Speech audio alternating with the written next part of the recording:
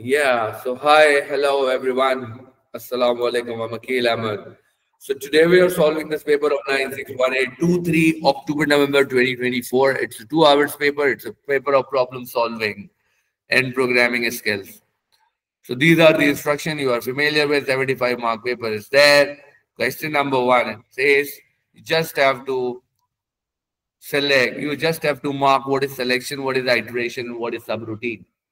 So people normally get confused in subroutine. Otherwise, question is not that difficult.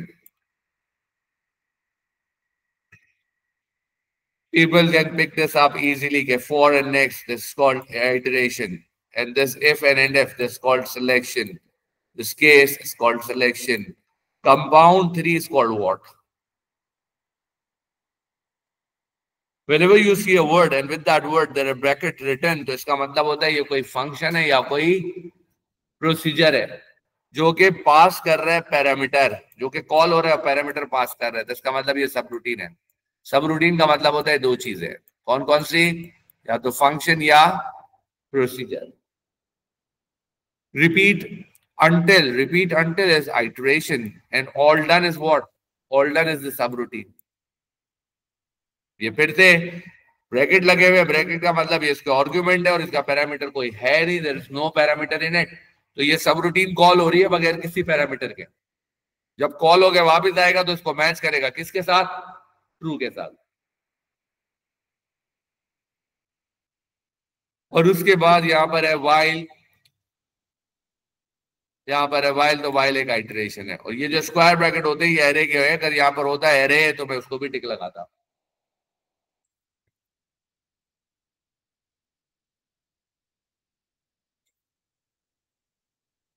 आगे चलते हैं तो यहाँ पर आपको डेटा को देखकर सजेस्ट करना है, ट्रू एंड फॉल्स लगाते हैं। बूलियन में जहां डबल कोटेशन होता है उसको आप लगाते हैं। स्ट्रिंग के अंदर उसके लिए आप स्ट्रिंग चूज करते हैं, और जहां पे नंबर है विदाउट डेसिमल उसके लिए आप इंटीजर चूज करते हैं। ये तो बड़ा सिंपल सा क्वेश्चन है। ये वेरिएबल है, वेरिएबल के नाम हमेशा मीनिंगफुल होने चाहिए। इस वेरिएबल का फिलहाल यहाँ तो कोई काम नहीं है, आपने डेटा देखकर ये एडवाइस करना था। मगर वेरिएबल अच्छे ही रखने चाहिए, मीनिंगफुल रखने चाहिए, अदरवाइज आपको अंडरस्टैंड करने में, कोडिंग करने में, डिबग करने में, टेस्ट करने में, मॉडिफाई करने में, मेंटेन करने में प्रॉब्लम होगी प्रोग्राम को। अब यहाँ पर इसकी ये वेरिएबल, ये सारे वेरिएबल अब यहाँ यूज हो रहे हैं नीचे। तो मैं आपसे पूछूं यार अवेलेबल ऊपर क्या था? अवेलेबल ऊपर क्या था? तो आप कहते हैं अवेलेबल में ट्रू था, इसका मतलब 1। ट्रू को समझो 1, फॉल्स को समझो 0। इंडेक्स मोर देन 100 है? नहीं जी, इंडेक्स मोर देन 100 तो नहीं है, ये तो 100 है। इसका मतलब ये गलत हो गई इंस्ट्रक्शन, तो ये 0 हो गया। लेकिन यहाँ लगा हुआ है नॉट। नॉट का मतलब है इसको इन्वर्स कर दो, इसको ऑपोजिट कर दो। 0 को जब ऑपोजिट करोगे तो ये क्या हो जाएगा? फिर ये हो जाएगा 1। इसका मतलब है ये भी 1 है और ये भी 1 है, दरमियान में लगा हुआ है क्या? एंड। एंड का मतलब होता है मल्टीप्लाई, तो 1 1 दा 1, और 1 को क्या लिखते हैं? ट्रू। इस तरह से आगे बढ़े आप, तो यहाँ पर है इंडेक्स। अब इंडेक्स कितना है? इंडेक्स ऊपर देके जाके तो यहाँ पर है 100, तो इसका मतलब है 100 को 30 से डिवाइड करो।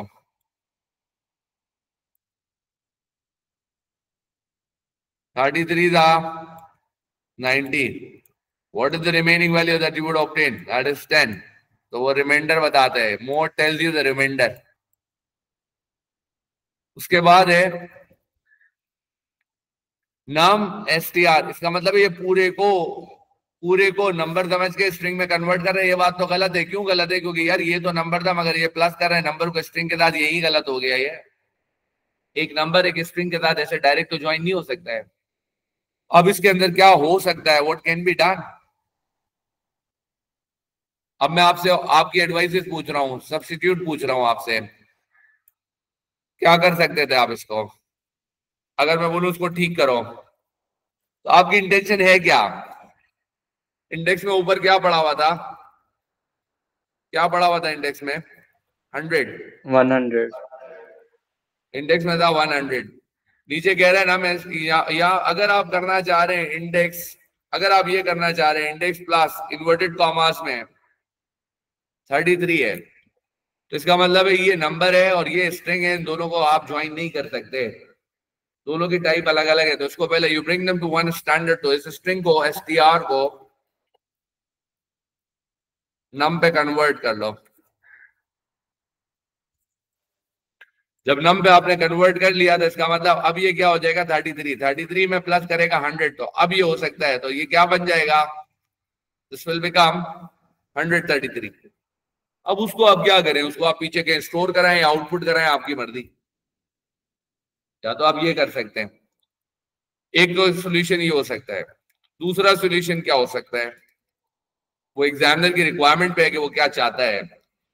अगर तो एग्जामिनर रिजल्ट इस तरह चाहता है 133, यानी दोनों को ज्वाइन करना चाहता है, इस 100 को इस 33 के साथ ज्वाइन करना चाहता है एग्जामिनर, इसका मतलब है आप इस 33 को ज्वाइन कर रहे हैं, आप 33 तो ऑलरेडी स्ट्रिंग है, स्ट्रिंग को ज्वाइन करो स्ट्रिंग के साथ। दो स्ट्रिंग को जब ज्वाइन करते हैं तो कॉन्केटेनेशन होती है, तो ये रिजल्ट आता है।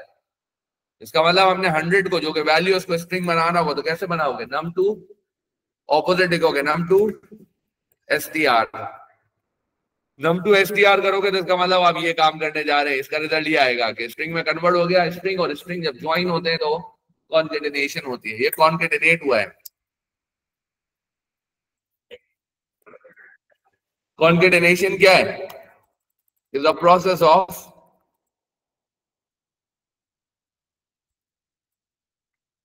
joining two string, two substrings together।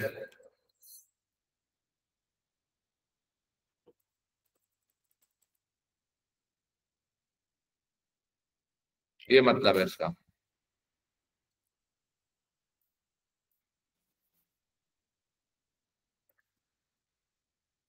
दोनों के रिजल्ट में जमीन आसमान का फर्क है, एक का 133 और एक का 133 है। Got it. यहां से आगे बढ़ते हैं।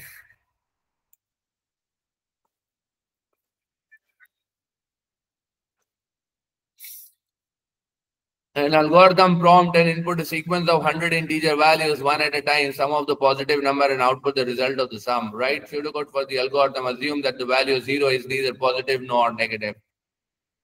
The value 0 ना positive है ना negative है. You must declare all the variable used in the algorithm.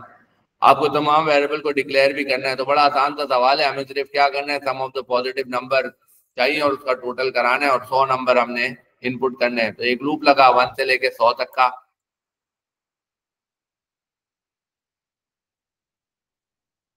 ये इनपुट करा रहे हैं आप, पहले आउटपुट हो रहा है फिर इनपुट हो रहा है। आउटपुट ये प्रॉम्प्ट कर रहा है इनपुट एंड इंटीजर वैल्यू, और हमने इनपुट कराया, जो नंबर इनपुट होगा चेक कर रहा है, मोर देन 0 हुआ तो इसका मतलब पॉजिटिव है, पॉजिटिव नंबर को टोटल कर रहा है, टोटल कर रहा है, और यहाँ पर जब ये लूप खत्म होगा तो टोटल को आउटपुट कर देगा। तो ये ओ लेवल स्टैंडर्ड का क्वेश्चन था, this was an easy question.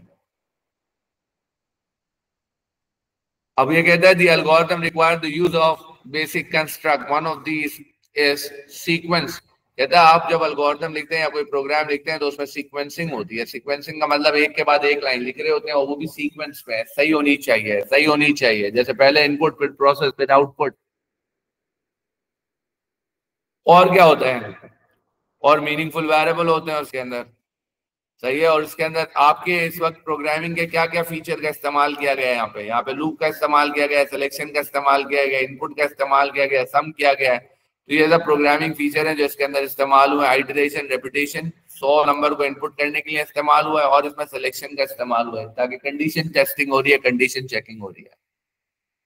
तो यहाँ पर आपने क्या बताया है, कह रहा है एक बेसिक कंस्ट्रक्ट तो ये है कि अपने एल्गोरिथम में आप यूज करते हैं, वो बेसिक एल्गोरिथम क्या, एल्गोरिथम कंस्ट्रक्ट क्या होता है, वो सीक्वेंस होता है। उस सीक्वेंस के अलावा आप अपने प्रोग्राम में और क्या यूज करते हैं, तो आप लूप यूज करते हैं, आप कांस्टेंट यूज करते हैं, आप एरेज यूज करते हैं, आप सिलेक्शन यूज करते हैं, आप इफ कमांड यूज करते हैं। कंप्लीट हो गया सर, लिख दूंगी, आप आपको लिख दीजिए।